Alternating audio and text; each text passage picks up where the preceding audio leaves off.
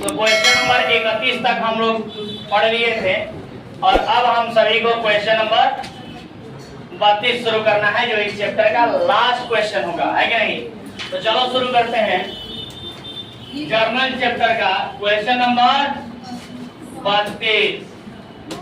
और question number 32 में क्या बोला है, बोला ये नया वाला। और क्वेश्चन नंबर 32 में क्या बोला है जरा देखिए, लास्ट क्वेश्चन है आपके इस चैप्टर का, राइट।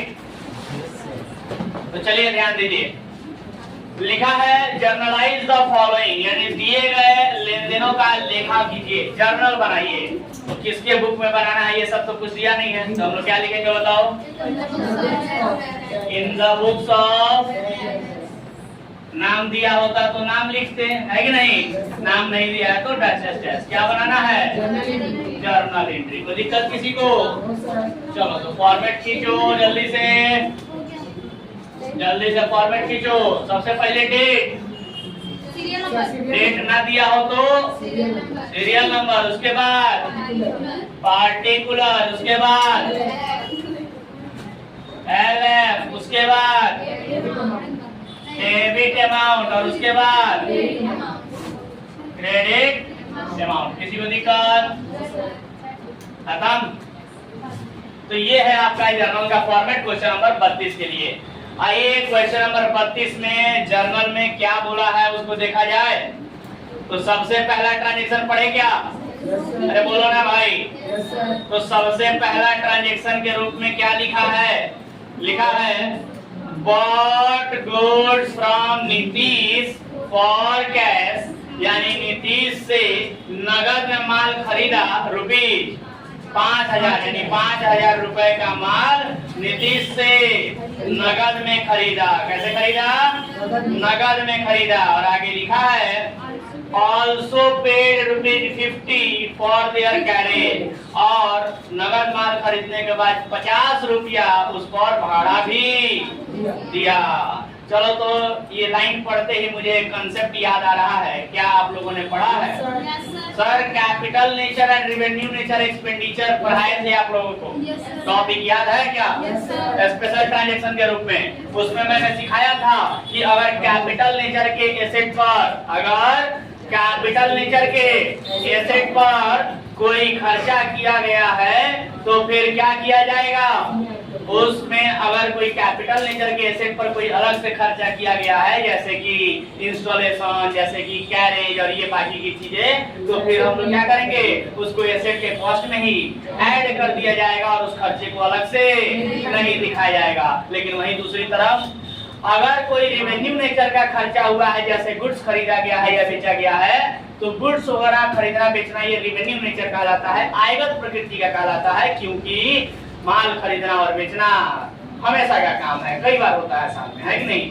तो अगर इन चीजों पर रेवेन्यू नेचर के आइटम्स पर अगर कोई खर्चा किया जाता है तो फिर क्या होता है सर, इनको अलग से दिखाना पड़ता है। कैपिटल नेचर में अलग से नहीं दिखाते हैं, लेकिन रेवेन्यू नेचर में अलग से दिखाया जाता है। मतलब अगर गुड्स खरीदा गया है या बेचा गया है और उस पर भाड़ा दिया गया है, कैरेज वगैरह दिया गया है, तो इनको क्या किया जाएगा?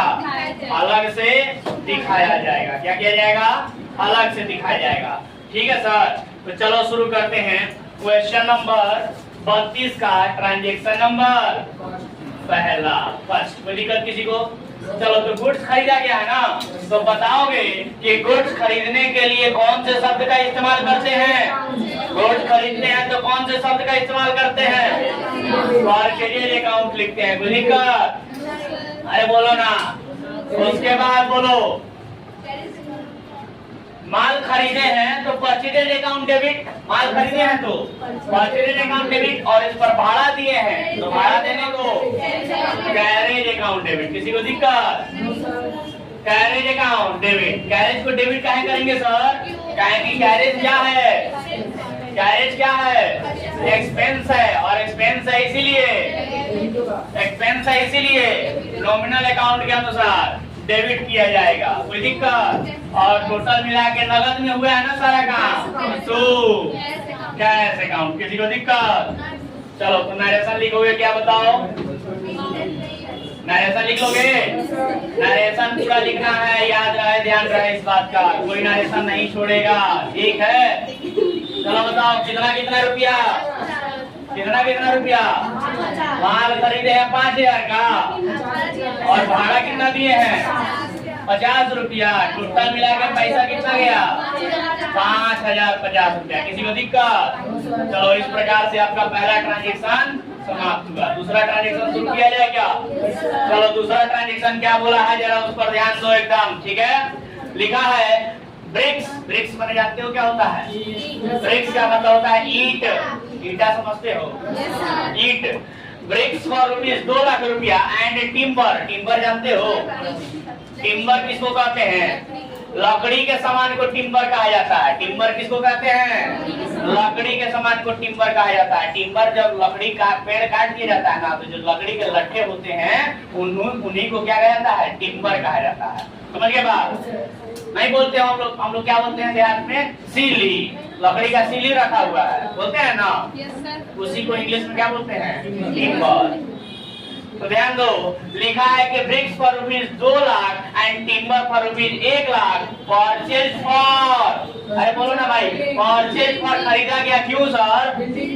For the construction of building. Building बनाने के लिए ईटा खरीदा गया है और टिम्बर यानी लकड़ी खरीदा गया है। तो payment was made in cash, यानी जो पेमेंट हुआ है वो कैसे किए हैं? नगद में किए हैं। तो चलो ध्यान दो, अब यहाँ पर फिर से वही बात, capital and revenue nature, receipt and expenditure, फिर से वही कंसेप्ट आता है। तो सर ध्यान दीजिए, बिल्डिंग बनाने के लिए ईटा खरीदे, सीमेंट खरीदे, गिट्टी खरीदे, रॉड खरीदे, बालू खरीदे, टिम्बर खरीदे, कुछ भी खरीदे, सर किस लिए खरीदे हैं? बिल्डिंग बनाने के लिए। तो कैपिटल नेचर का आइटम क्या है? बिल्डिंग है। कैपिटल नेचर का आइटम बिल्डिंग है। तो बिल्डिंग बनाने में चाहे जितना खर्चा हो जाए, सारे के सारे खर्चों को बिल्डिंग के नाम से ही दिखाया जाएगा। जैसे मशीन, याद होगा जब हमने मशीन के बारे में पढ़ाया था कि मशीन खरीदे हैं और उसको इंस्टॉल करवाने के लिए 500 रुपया दिए हैं, तो मशीन के इंस्टॉलेशन का खर्च अलग से नहीं दिखा रहे थे, बल्कि मशीन के ही खर्चे में उसको जोड़ दे रहे थे, ऐड कर दे रहे थे और मशीन अकाउंट से उसको दिखाया जा रहा था। ठीक उसी प्रकार से बिल्डिंग बनाने के लिए चाहे जितना भी खर्चा कर लिया जाए, चाहे वो बिल्डिंग बनाने के लिए हम लोग गिट्टी खरीदे, सीमेंट खरीदे, बालू खरीदे, रॉड खरीदे, टिम्बर खरीदे, कुछ भी खरीदे सर, वो सारे के सारे खर्चे बिल्डिंग के नाम से ही दिखाया जाएगा। क्या ये बात समझ रहे हो? अरे बोलो ना भाई, सारे के सारे खर्चे किससे दिखाए जाएंगे? बिल्डिंग के नाम से ही दिखाए जाएंगे। तो यहाँ पर ईटा खरीदा गया है, आई मीन ब्रिक्स ईट खरीदा गया है 2 लाख रुपए का और 1 लाख रुपए का टिम्बर खरीदा गया है। तो इन सभी के सभी खर्चों को किससे दिखाएंगे? इन सभी के सभी खर्चों को बिल्डिंग के नाम से ही दिखाया जाएगा। क्या मैं उम्मीद करूँ कि सब क्लियर हो गया? चलो सर, तो बताओगे क्या लिखेंगे? बोलो तो। लिखेंगे building account debit, building account debit. समझ गए बात? टू, सारा पैसा कैश में दिए हैं तो लिखेंगे टू कैश अकाउंट। समझ में आया क्या? अरे बोलो ना भाई। चलो बताओ, तो 2 लाख रुपया का ईंट था ना, तो 2 लाख रुपया का ईंट प्लस 1 लाख रुपया का टिम्बर, दोनों मिला के कितना हुआ? 3 लाख रुपया कैश दिए हैं, ऐसा लिखा जाएगा। कंसेप्ट क्लियर हुआ क्या सर? तो क्या जो हम capital and revenue nature expenditure पढ़ाए थे, क्या वो कंसेप्ट यहाँ अप्लाई हो रहा है? क्या वो कंसेप्ट क्लियर हो गया है? Yes sir. तो मैं उम्मीद करता हूँ कि कंसेप्ट क्लियर हो गया होगा और इसके आगे बढ़ता हूँ। तो ट्रांजेक्शन नंबर 2 खत्म। चलो बता दो फटाफट ट्रांजेक्शन नंबर 3। अगला ट्रांजेक्शन क्या लिखा है? पढ़े क्या? बोलो ना। लिखा है, ध्यान देंगे सभी लोग ट्रांजेक्शन नंबर 3 पर। सभी लोग ध्यान देंगे क्वेश्चन नंबर 3 पर, ठीक है? लिखा है purchase an old machinery for rupees 20,000 and spent 500 रुपया ऑन इट्स कैरेज। यानी कि पुराना मशीन खरीदे हैं 20,000 रुपए का और 500 रुपया उस पर खर्चा किए हैं। देखो मशीन कितने का खरीदे हैं और उस पर खर्चा कितना किए हैं? किस लिए? कैरेज के लिए। कैरेज माने भाड़ा के लिए। भाड़ा दिया है 500 रुपया एंड 1500 रुपया ऑन इट्स इमीडिएट रिपेयर। और तुरंत उसमें कुछ रिपेयर वगैरह कराना था, उसमें 1500 रुपया। तो सर फिर से वही concept revenue and capital nature expenditure कि अगर कोई भी कैपिटल नेचर के एक्सपेंडिचर पर अगर अलग से कोई भी खर्चा किया जाता है तो उन खर्चों को अलग से नहीं दिखाया जाएगा, बल्कि उन सभी खर्चों को उस एसेट के नाम से ही दिखाया जाएगा। कोई डाउट किसी को? उन सभी खर्चों को उन एसेट्स के नाम से ही दिखाया जाएगा, अलग से नहीं दिखाया जाएगा। और जितने पैसे अलग से खर्च हुए हैं उन सबको एसेट के नाम से ही दिखा दिया जाएगा। कोई दिक्कत? तो मशीन खरीदे हैं 20,000 का ना, और उस पर चाहे हम गैरेज का दिए, चाहे रिपेयर का दिए, चाहे इंस्टॉलेशन का दिए, कोई भी खर्च किए, उन सभी खर्चों को जोड़ करके मशीन के कॉस्ट में ही दिखा दिया जाएगा। बोलो ना? तो बार बार तो एक ही कंसेप्ट आ रहा है जी, बोलो ना जी। तो चलो बताओ, मशीन खरीदे हैं तो machine account debit, auto cash account. चलो मशीन में कितना रुपया खर्चा किए थे? मशीन 20,000 का था, प्लस बोलो ना, प्लस 500 रुपया उसका भाड़ा, प्लस 1500 रुपया उसका रिपेयर। समझ गए बात? टोटल मिला के 22,000 रुपया खर्चा हुआ मशीन पर। समझ गए बात? और मशीन में 22,000 रुपया हमने दिया। नरेशन लिख लोगे क्या? नरेशन पूरा लिखना है। कोई डाउट किसी को? खत्म? तो ये सर तीसरा ट्रांजेक्शन भी आपका खत्म हो गया। और चूंकि हमारे पास स्पेस की कमी है तो यहाँ पर हम क्या करेंगे? अगले पेज में जाने के लिए बोलो क्या लिखेंगे? बैलेंस C/F, यानी C/F का फुल फॉर्म बताओगे? Carried forward. कोई दिक्कत? पढ़ाई करना अच्छे से कि जब भी कभी एक पेज में ट्रांजेक्शन ना आए, खत्म हो जाए, तो अगले पेज में जाने के लिए हम लोग क्या लिखते हैं? Carried forward. अब ध्यान से देखना, मेरा यहाँ पर पेज खत्म हो गया है, जरूरी थोड़ी है कि आपका भी पेज खत्म हो जाए। तो आपका जहाँ पेज खत्म होगा वहां आपको करना है। ये नहीं कि 3 ट्रांजेक्शन के बाद हम कर दिए तो आप भी कर दिए आधे पेज पर।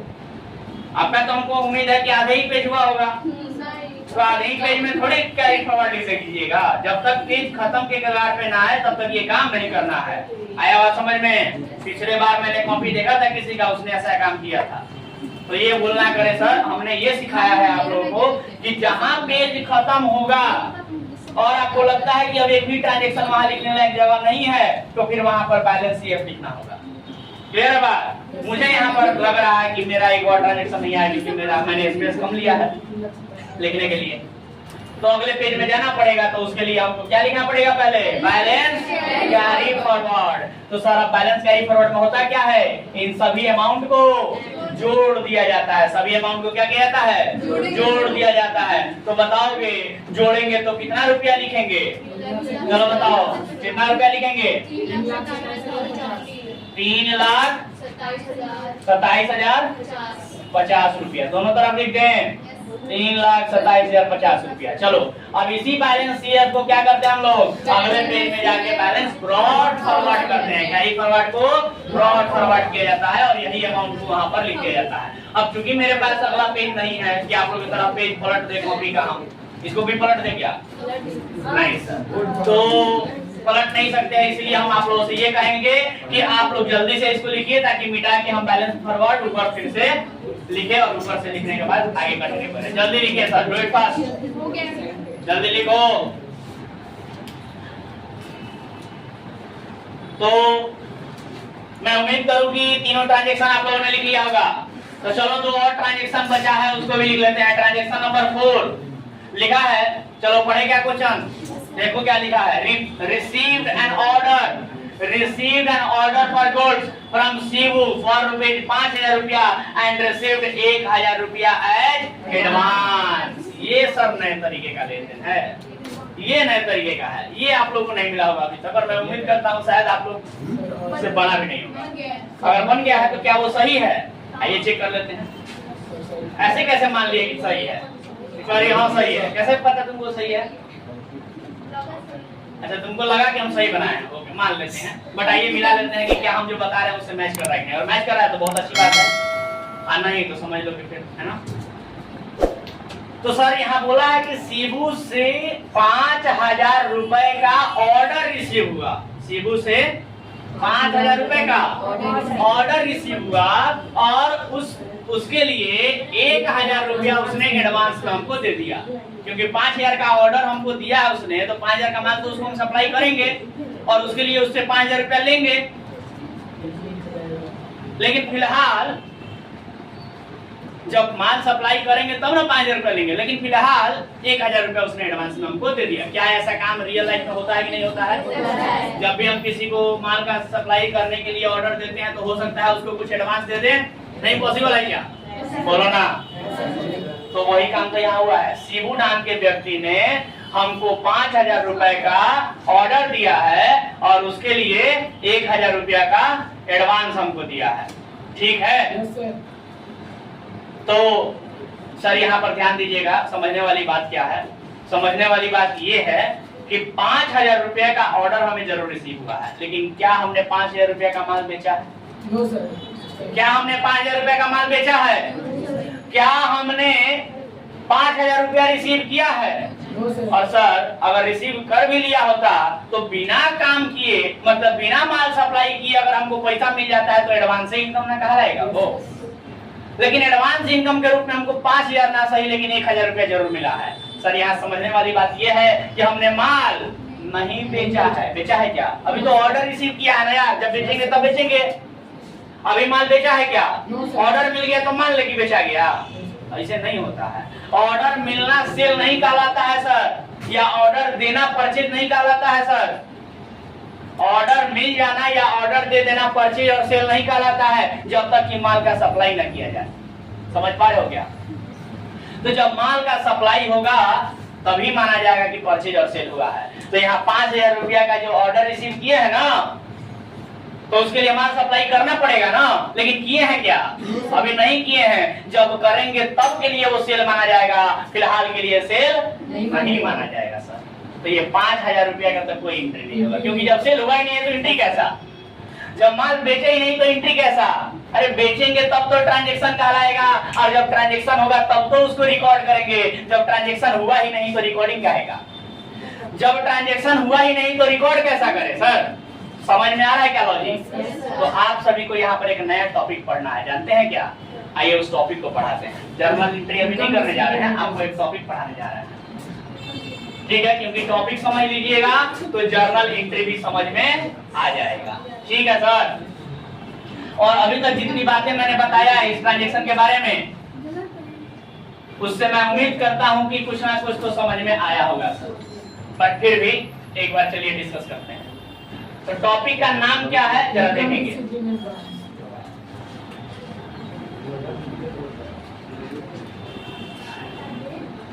चलो ध्यान दो।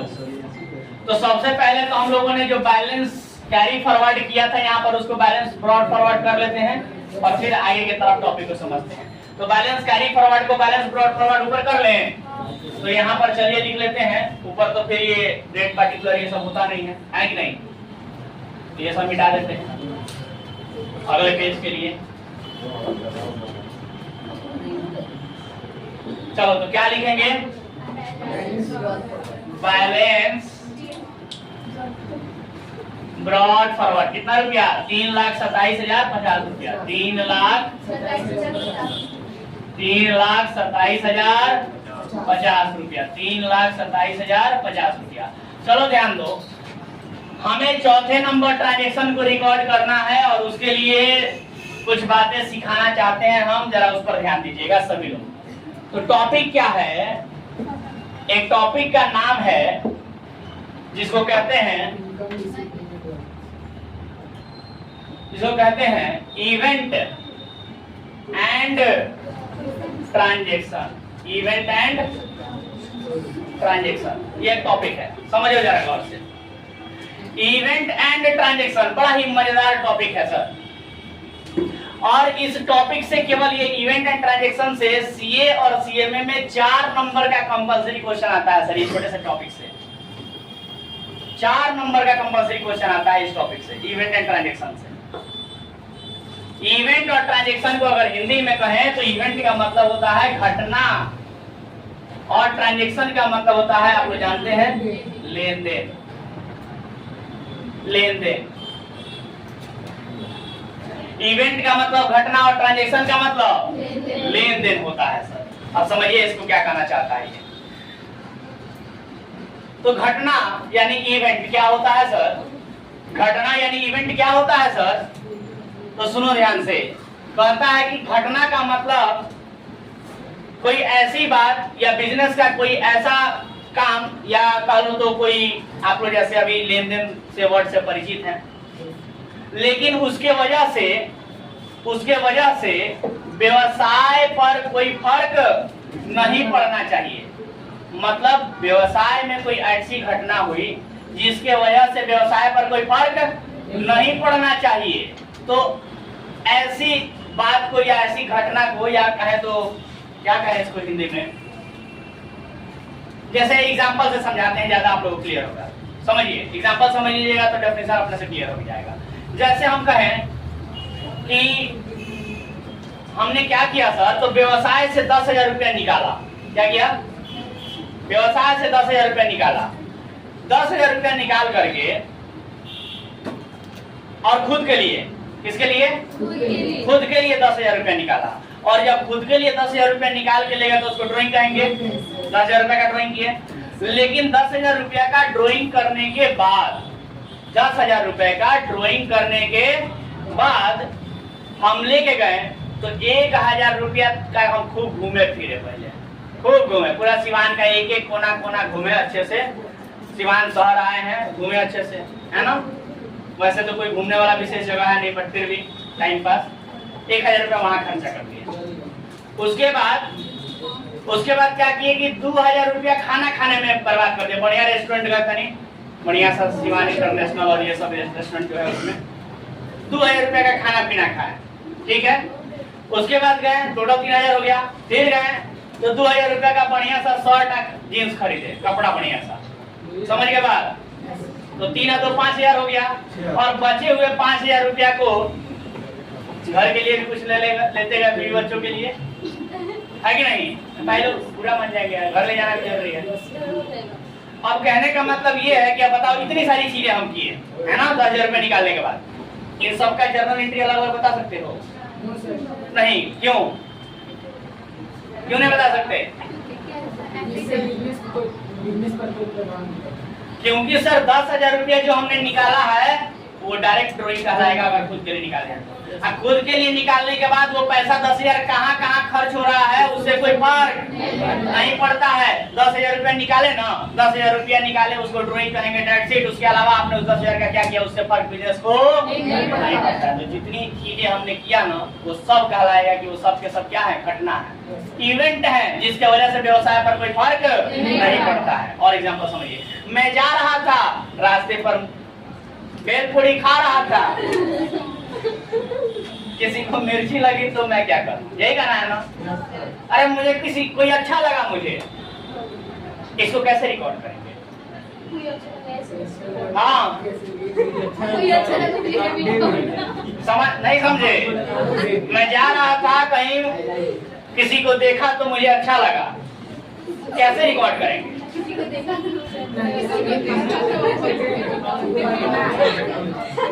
एक गाना था ना इसके आधार पे, क्या कह रही है?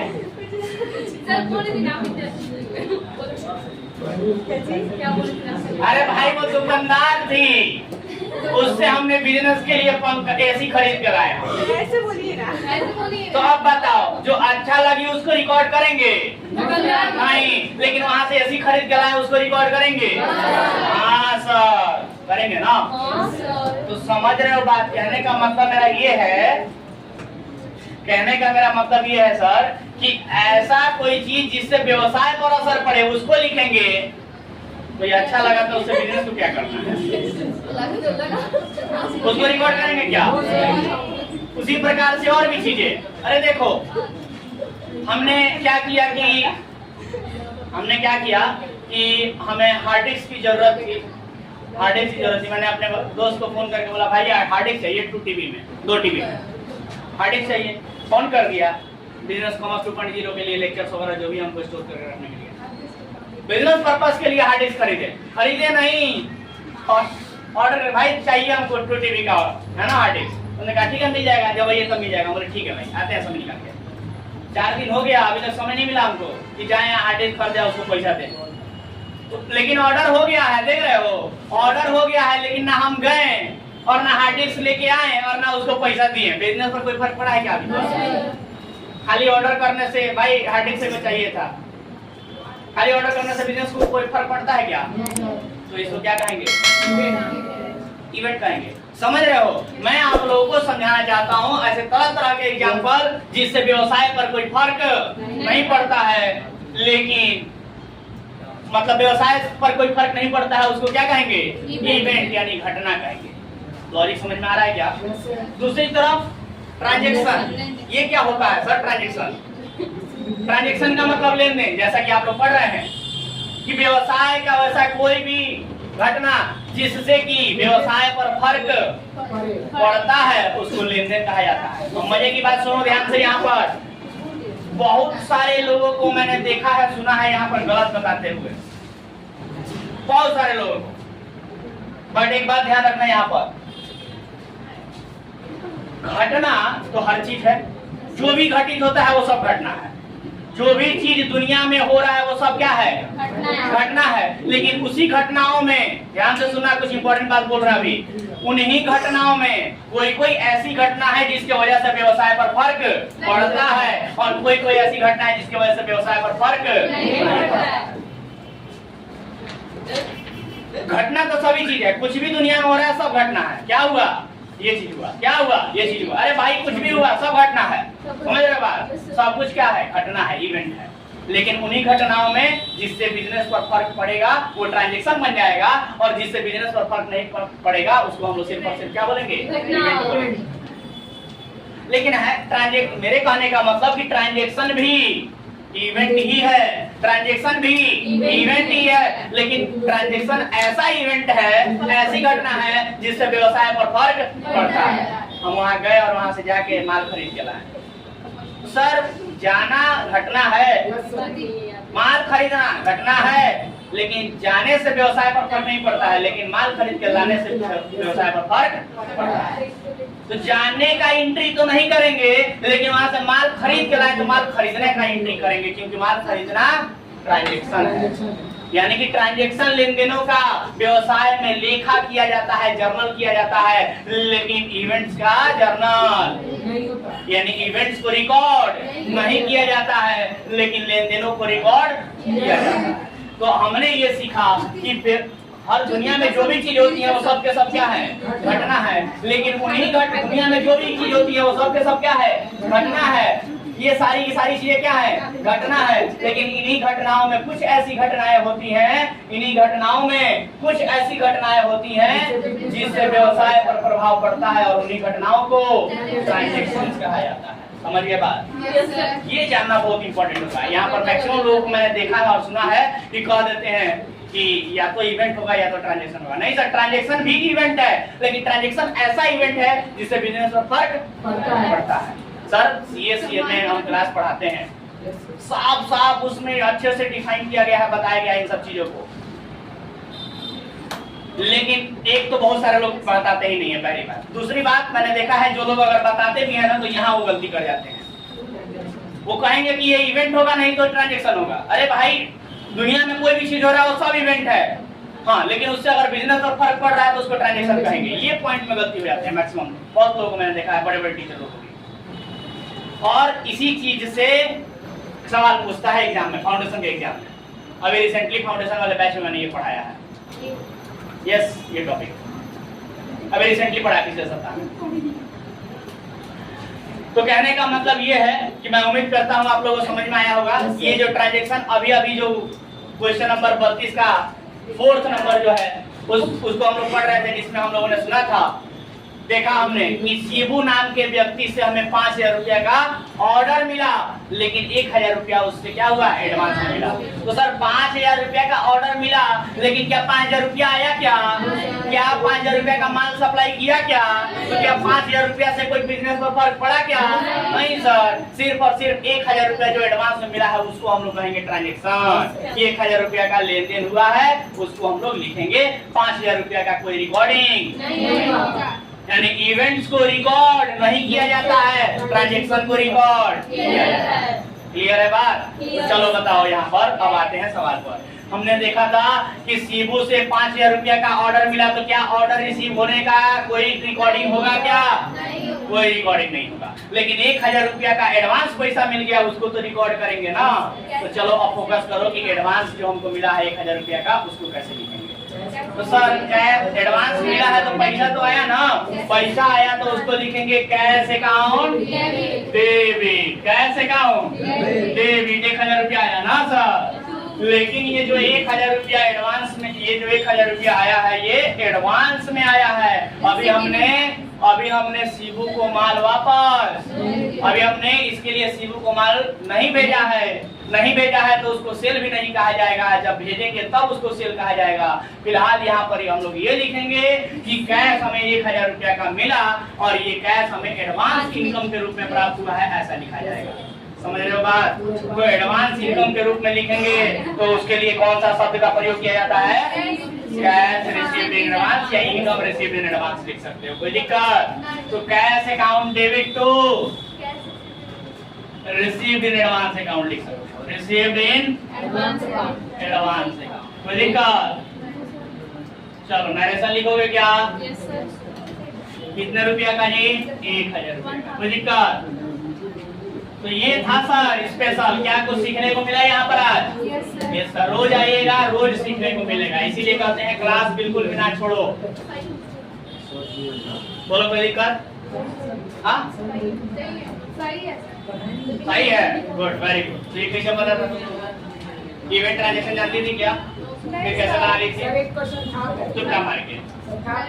फिर जब ये पता नहीं था तो बनेगा कैसे? ऑर्डर वाले क्वेश्चन है पीछे। एक बार बताए थे पहले भी, ये टॉपिक पहले ही बताए थे। केवल ऑर्डर किए थे तो बस एक्सप्लेन कर दिए थे कि ऑर्डर को रिकॉर्ड नहीं करेंगे, ये बताए होंगे। यस सर, ठीक है, हाँ तब ठीक है। चलो और अब इस क्वेश्चन का लास्ट ट्रांजैक्शन क्या लिखा है? Purchase goods for ₹50,000 on credit from Bihari. Bihari नाम के व्यक्ति से 50,000 रुपए का माल खरीदा। हाँ, उधार में माल खरीदा है, माल खरीद लिया है 50,000 का। अब पेड 1,000 रुपया for carriage on this goods, और उस माल पर 1,000 रुपया भाड़ा दिए हैं। तो बताओगे कि माल खरीदे हैं तो उसके लिए, अरे बोलो ना सब लोग, माल खरीदे हैं उसके लिए परचेज अकाउंट डेबिट। आप देखो गुड्स खरीदे हैं उस पर भाड़ा दिया है। तो बताए थे कि गुड्स खरीदेंगे और उस पर अगर भाड़ा देंगे तो गुड्स खरीदना और उस पर भाड़ा देना रिवेन्यू नेचर का खर्चा माना जाता है, और रिवेन्यू नेचर के खर्च को अलग से दिखाया जाता है। तो कैरेज दिए हैं तो लिखेंगे कैरेज अकाउंट डेबिट, और पैसा दिए है ना तो टू कैश अकाउंट। ध्यान दो, तो 1,000 रुपया भाड़ा दिए हैं तो इसको मान लेंगे नगद में दे दिया 1,000, लेकिन 50,000 रुपया का माल जो है वो बिहारी से उधार में करते हैं तो उसके लिए लिखेंगे टू बिहारी अकाउंट। समझ गए? अरे बोलो ना भाई। चलो बताओ, परचेज कितने का किए हैं? 50,000 का। भाड़ा कितना दिए हैं? 1,000, जो कि नगद में दिए हैं तो उसके लिए नगद कैश 1,000 गया, और बिहारी से 50,000 का उधार में खरीदे हैं तो उसके लिए 50,000। कोई दिक्कत? तो ये था आपका ट्रांजैक्शन। यहाँ पर क्वेश्चन का खत्म होता है, और लास्ट में हम लोग क्या करेंगे? Grand total. ग्रैंड शब्द इसलिए जोड़ेंगे क्योंकि हमारा पेज दूसरा है। तो बताइए ग्रैंड टोटल कितना हुआ? 3,79,050, यही है ना? 3,79,050। किसी को दिक्कत? खत्म? बोलो ना। तो चलिए सर, ये था आपका क्वेश्चन नंबर 32, और इसके साथ ही हमारा जो क्वेश्चन है, जो चैप्टर है, ये क्वेश्चन खत्म होता है, और क्वेश्चन के खत्म होने से ही ये चैप्टर भी खत्म होता है। तो क्या मैं उम्मीद करूं कि क्वेश्चन भी खत्म और ये चैप्टर भी खत्म? सर तो ऐसा है कि आप सभी को ये जो जर्नल चैप्टर है, ईमानदारी से इसका प्रैक्टिस करना है घर जा करके।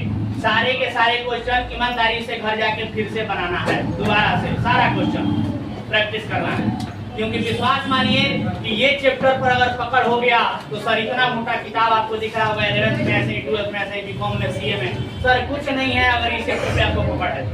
तो चलिए सर ठीक है, आज के लिए मेरे तरफ से इतना ही। मिलते हैं अगले क्लास में, तब तक के लिए tata bye bye. Thank you.